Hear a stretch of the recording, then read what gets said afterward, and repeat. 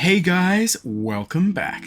Today I'm going to do my first Marvel Rivals tier list, and the tier list that I'm going to be doing is the team up tier list. So all of these team ups right here, I'll be making into a tier list and telling you guys what I think about all of them. If you haven't already, please like and subscribe. It's free to do so and really helps me out. Let's get straight into the video. Alright, so I'm on the tier list right now and we are going all the way from Ragnarok Rebirth to the Gamma Fastball, each of these team ups. Now let's start off left to right. Ragnarok Rebirth. Now, given that this works on 2 other players, meaning that when Hela kills someone, the other 2 players either get revived or they get extra health, and Hela is already one of the best duelists, it can be an extremely useful tool for your team, especially if the Hela is decent. I'm already going to put this in S tier. The next team up is Metallic Chaos. Now this is between Magneto and Scarlet Witch, giving Magneto the ability to use this projectile that has infinite range and does more damage than his regular projectiles. So, I think this is pretty handy, but it's sad that you have to have a Scarlet Witch on your team. I mean, it's not that bad, but I'd rather someone else on my team. I do like playing Magneto, so I do want to put it in A tier, but I can't bring myself to put it there, so it's going in B tier. The next team up is the Planet X Pals, and this is between Groot, Rocket, and Jeff.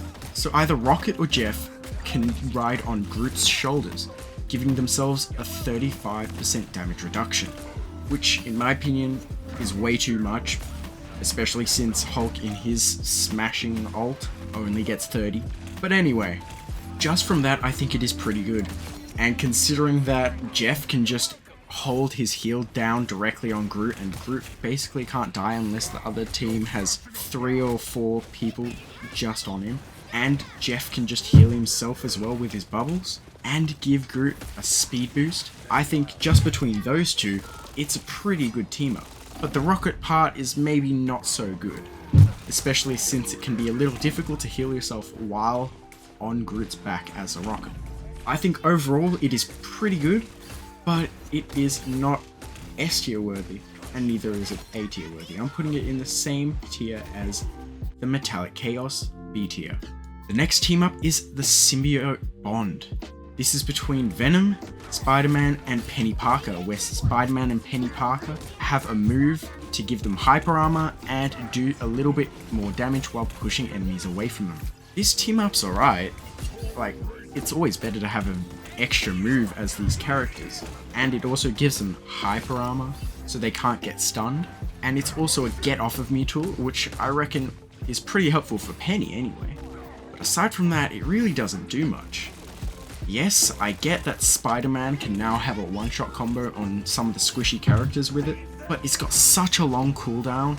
If you're a bad Spider-Man player, and I know a lot of Spider-Man players are bad, then I reckon this isn't too great.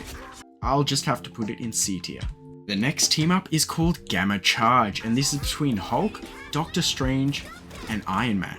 When Iron Man's in his armor overdrive state, he gets extra damage with his laser and his primary fire or basic attack, and Doctor Strange also gets an extra 0.1 damage per dark energy he has when he uses his explosion move, the Maelstrom of Madness.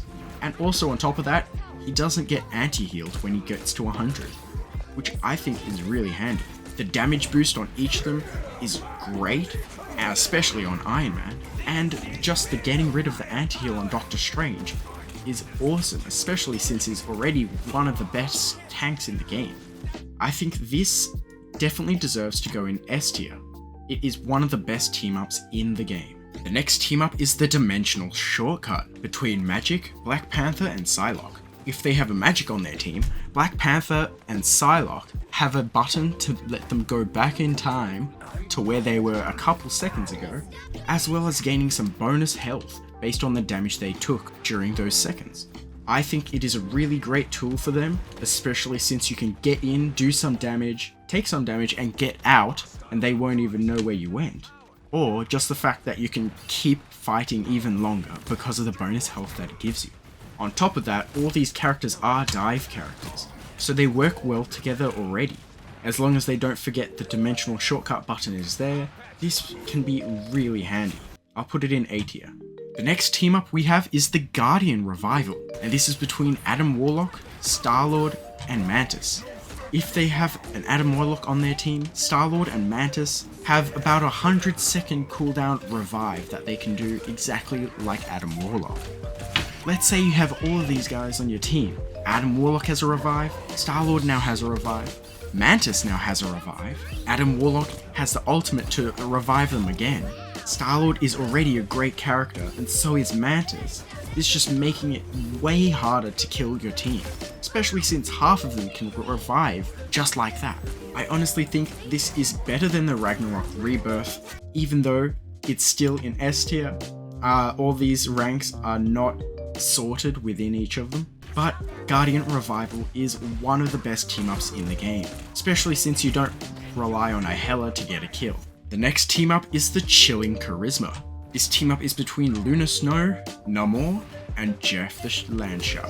If Lunar Snow's on their team, Namor can use an extra squid with double the health that slows enemies down 30%, and Jeff can use this one move that allows his attack, the pellets of water, or whatever they're called, to also slow the enemy down a fair bit as well.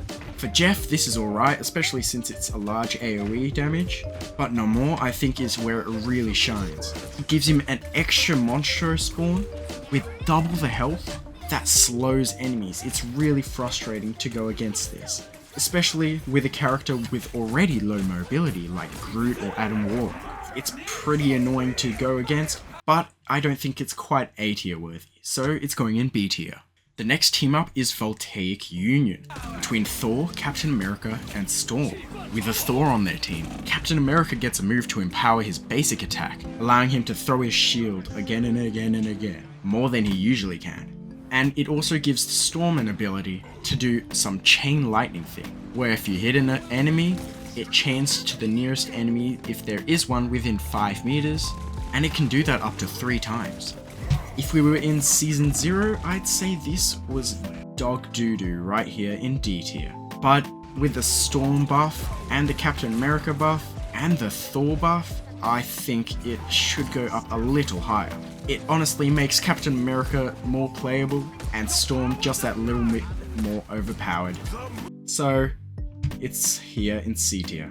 The next team up is the Ammo Overload, between Rocket, Winter Soldier, and the Punisher.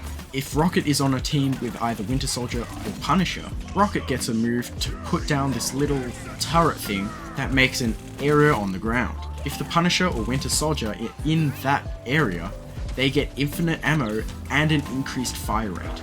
Yes, it has like 40-second cooldown, but it lasts for a while, and especially with the Punisher, it can shred tanks' health, and anyone else's health as well. This is extremely annoying to go up against, especially since you can't break it or anything, break the turret, and it just does so much damage. Like for the Punisher, for example, it's comparable to his ultimate. For that reason, I'll have to put it in S tier. The next team up is called Lunar Force, and that is between Cloak and Dagger and Moon Knight. When they're on the same team, Moon Knight gets an ability to place down a tiny little bubble where if he stands inside it, no one can see him. Yes, it's pretty cool that you get an ability that allows you to go completely invisible, but the enemies can see the bubble as it is really easily noticeable, and it has a decent cooldown as well. So if you see the bubble down, it's pretty much guaranteed for the Moon Knight to be in it. If you're a melee character, or someone with a lot of ammo, you can just throw all of your attacks in there and get him out of it easily. It's really not that useful. So for that reason, I'll have to put it in D tier. The next team up is Allied Agents between Hawkeye and Black Widow.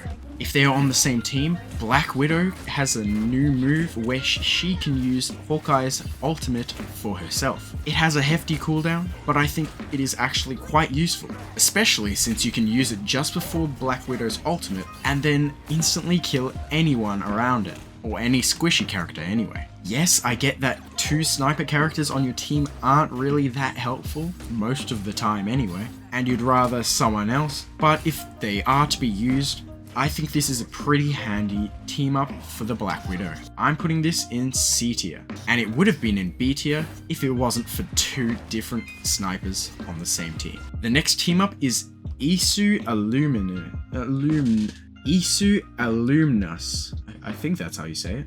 And this is between Spider-Man and Squirrel Girl. If they're on the same team, the Squirrel Girl gets an extra move where she can throw a spider bomb, or whatever it's called, that stuns enemies. This move is extremely frustrating to play against, but extremely handy if they're on your team. Squirrel Girl has already 1 stun, and then a move where she can use that same stun again, and now with this team up, she can use this spider bomb to get multiple people at once to be stunned again. It's very frustrating to fight against, and extremely handy, especially in some cases where you don't have a Groot, but you have a Moon Knight, and he's ready to ult, or something along the lines of that. So, I'm putting this in A tier. And the final team up is this one right here, the Gamma Fastball. The Gamma Fastball is between Hulk and Wolverine.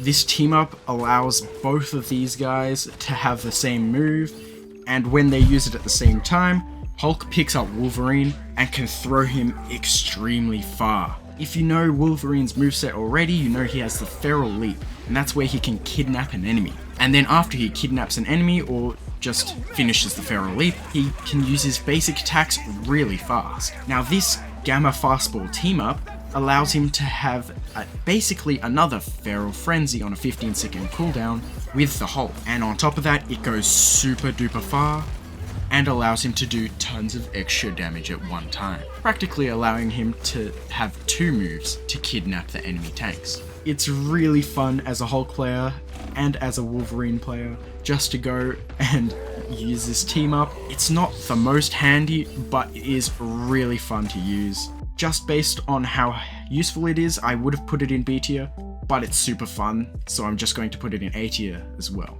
It turns out the tier list that I made is actually missing 2 team-ups, and that is the Atlas Bond between Iron Fist and Lunar Snow, and also the Fantastic Four one between the Invisible Woman and Mr. Fantastic. So, I put the Atlas Bond somewhere in either C or D tier. It does almost nothing, it doesn't do damage, it's just a slight push-away move for Luna. I don't think it really helps out too much, and you just don't usually want an Iron Fist on your team anyway, so yeah. Now the Fantastic Four team up is pretty good. It makes Mr. Fantastic able to survive a fair bit longer than he already does.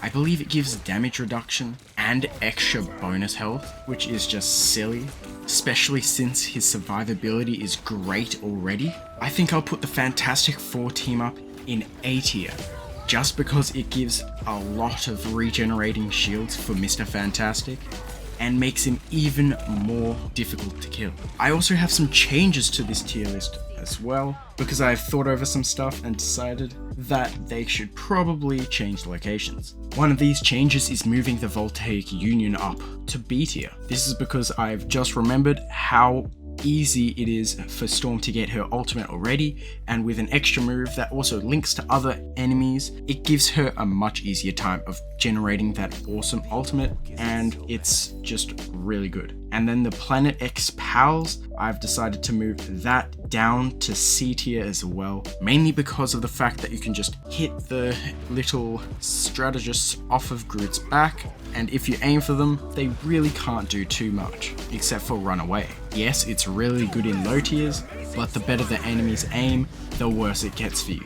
I just want to reiterate that the Ammo Overload is probably one of the best team-ups in the game. The damage from Punisher is ridiculous. And I reckon the Guardian Revival would be one of the lower S tier ones, mainly because Adam and Mantis both have limited healing, so you would need a third healer if you want to play decently. Yes, you can make it work with these 2 healers, but it can be a struggle sometimes. I'll just put Mr. Fantastic up in here for his team up with the Invisible Woman right there, and then I'll put Iron Fist and Luna, wherever she is, here we go, down in D tier for their team up. So this is my final tier list. Tell me what you guys think in the comments below. And for those who skip to this part, go watch the video so you can understand what has happened throughout the tier list and why I ranked certain stuff in different positions. If you enjoyed the video or found it helpful, please like and subscribe.